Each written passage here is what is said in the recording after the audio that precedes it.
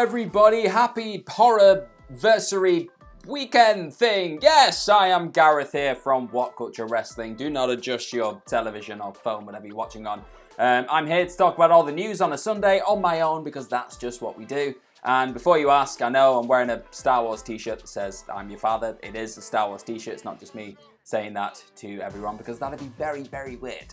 So let's just jump straight on into this news. Obviously, loads of stuff went down last night at Slammiversary because it was a jam-packed show. Loads of returns, title changes. It was quite an entertaining piece of wrestling goodness. So, I'm going to talk about a few of these returns. So, we obviously knew going into the show that Gallows and Karl Anderson were going to be they were going to be joining at some point. They were going to be showing up at Slammiversary. They did. I'll mention what happened when they did turn up later on. But they did turn up, so that was quite cool. But then also we had a lot of returns and pop-ups and appearances. So we had the Motor City Machine Guns. They popped up. They took on the Rascals because they had like an open challenge. That was really cool. That was quite odd that we've got nostalgia at this point with Impact and TNA because it does still feel like quite a young company. But yeah, still, that was a really cool moment. They will now be taking on the reigning tag team champions. Oh, spoiler. The North for the Impact Tag Team Championships on Tuesday.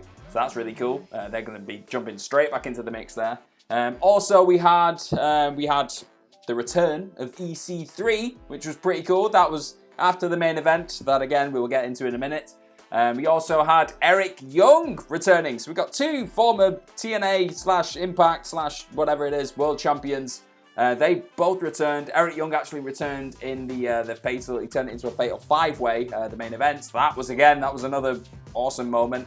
And then we had Heath. Yeah, not Heath Slater. Heath, just Heath. Heath popped up. He looked really cool. Obviously, we saw him on Raw recently, so this was one of those really awesome moments where you've seen somebody on one show and then they pop on another. It's like, wow, okay. Instantly, you've got a bit more credibility because I've seen you on such a big show like Raw. Now you're on Impact. So that was really cool. He was saying that he's the hottest free agent on the market and he's ready to silence any skeptics and everything else. So, yeah, but all the best to Heath because I think he deserves everything he's probably going to get, obviously, in this Impact run. Hopefully, he gets a bit of a spotlight on him for a change. So, let's see what he can do. Then also we saw the return of Rich Swann, obviously the former X Division champion. He was returning because he'd obviously been injured recently. He was a late entrant again into that main event to crown a new Impact World Champion. So I've been tiptoeing around a lot of these results because I didn't want to just throw you in at the deep end. I think I've already spoiled a few because you know what? It's a Sunday morning. I'm only one man. Right, we'll go through them. So obviously the Motor City Machine Guns defeated the Rascals. We had that TNA World Heavyweight Championship match between Moose and Tommy Dreamer. Moose won that match. We also had Kylie Ray won the Knockout Gauntlet. Chris Bay won the X Division title. Then we also had the North defeated Shamrock and Callahan, so that was pretty good again. Purrazzo defeated Grace to win the Knockouts title, so that was another title change we had there.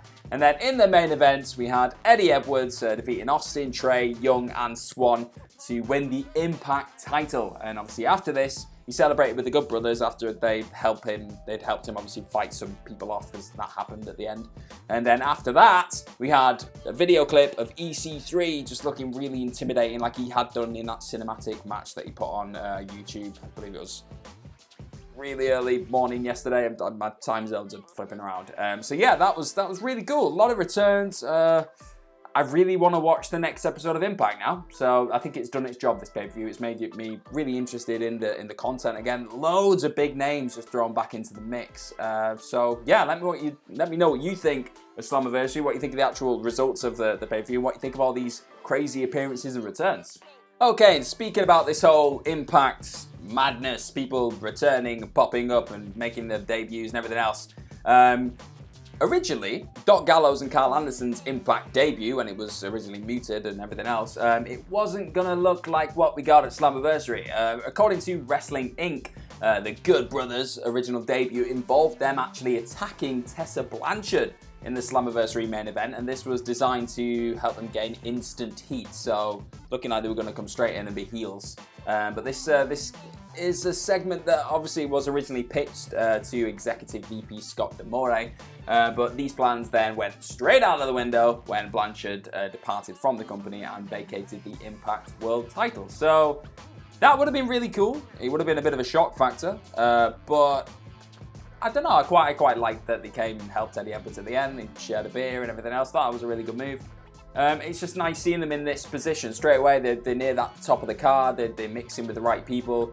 Hopefully they just get a chance to be themselves, because when they are themselves, they're two of the most charismatic performers, not just as a tag team, just performers really, that, I don't know, are out there in the wrestling world right now. So fingers crossed they do the good stuff. Okay, so we're going to tiptoe away from the wonderful world of Slammiversary. Again, let me know what you guys thought of that pay-per-view, because it looked pretty good on paper and it delivered even more with all the returns. So good for them. But we need to talk about the horror show at Extreme Rules, which of course is happening tonight. And one of the oddest things that's going to be happening on this pay-per-view is the Swamp Fight. Yeah, it's still happening. But we have some backstage details on the filming of this cinematic experience, let's call it that. Wrestling Inc. has reported these details, and I'm just going to read them off because I'm not sure what else there is to add, really. The bout reportedly took 6 to 7 hours to film, with certain spots being repeated multiple times so cameras could catch numerous angles, very similar to a movie. Horror movie. As previously reported, filming took place on Thursday evening in Florida, and expect the match to be anywhere from 20 to 30 minutes after editing, which at least it's not a 50-minute slog or anything like that. Here we go. So several reptiles, including an alligator and a snake, are expected to be used in the matchup.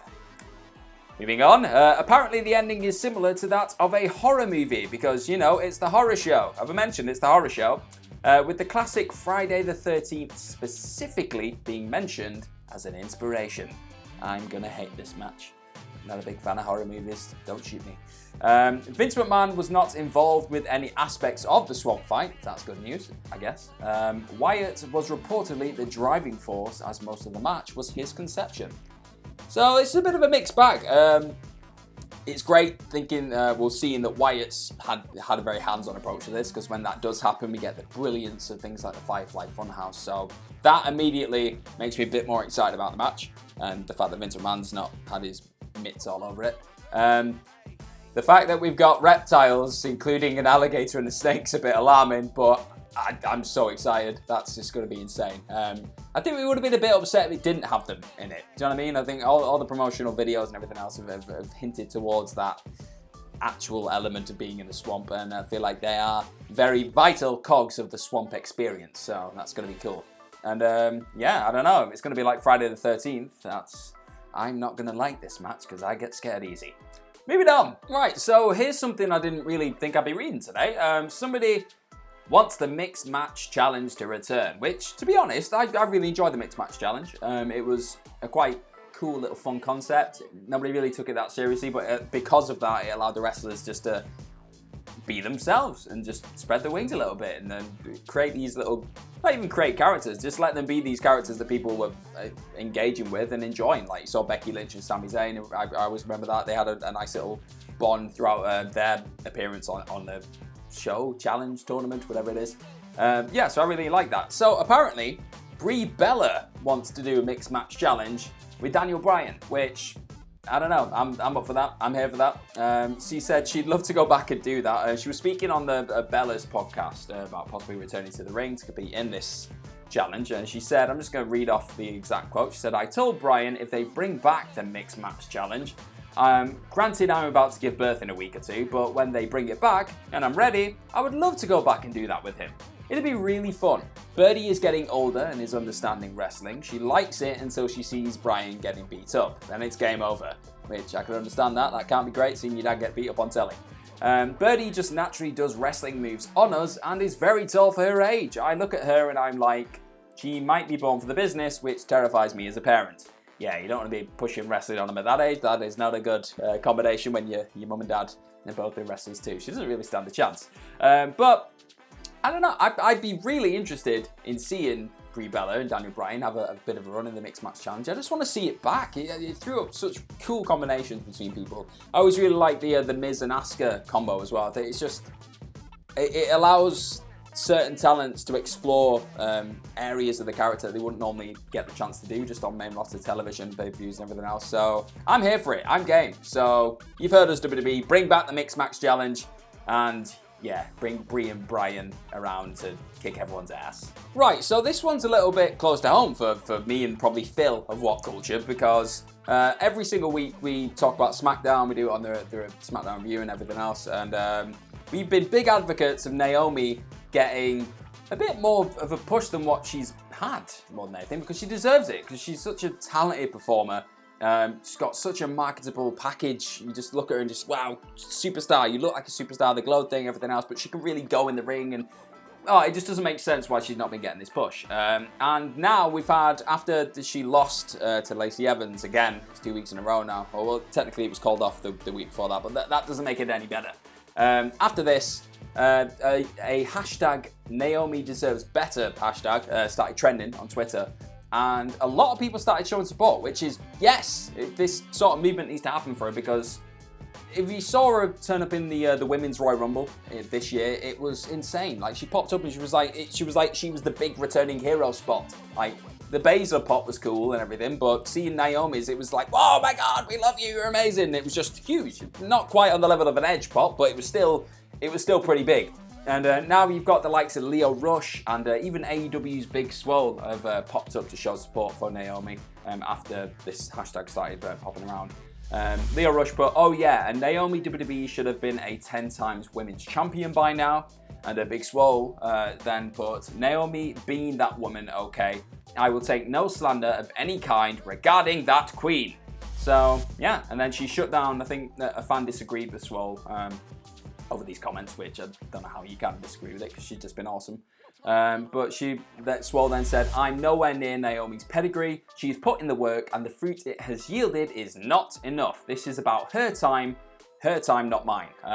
Yeah, so it was really cool. I think I saw Charlotte Flair post the Royal Rumble moment that I just mentioned. She posted that on Twitter as well. So, I mean, if we can get this organic fan, not backlash, but fan reaction where it pushes WWE to start putting her back in these positions where she can win belts and just be one of the faces of SmackDown, because it's not a question of deserving it. She's good enough to be there. She should be there. Like, when looking at that SmackDown roster right now, it would be enhanced with her in that position. So I'm here for that. Also, just speaking about Big Swole really quickly, she also put a heartfelt letter on Twitter. I think this was yesterday, or it might have been earlier this morning, addressing her experience as a black female wrestler.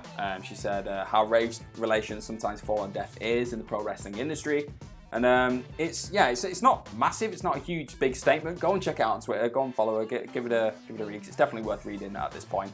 But yeah, hopefully hashtag Naomi deserves better gets a bit more steam behind it. It's already picked up loads of steam anyway, but a bit more, and we can see her in a prominent position, hopefully, towards the end of 2020. And finally, we're going to talk about the thing you all come here on a Sunday to talk about. It is, of course, the SmackDown ratings. Did they go up? Did they go down? They went down, because it was an odd show, wasn't it? It was a bit of a weird show. But according to Showbuzz Daily, last night's episode of SmackDown drew an average of 1.893 million, and that was a 0.6% drop off from the previous week's show. So yeah, it is what it is. I mean, what did we have on SmackDown? We had Braun Strowman getting really intense and screaming at everyone, and then he just murdered John Morrison. It was just, a bit of a deeply forgettable show. Bailey and Banks were awesome still, stuff like that. That never ceases to deliver.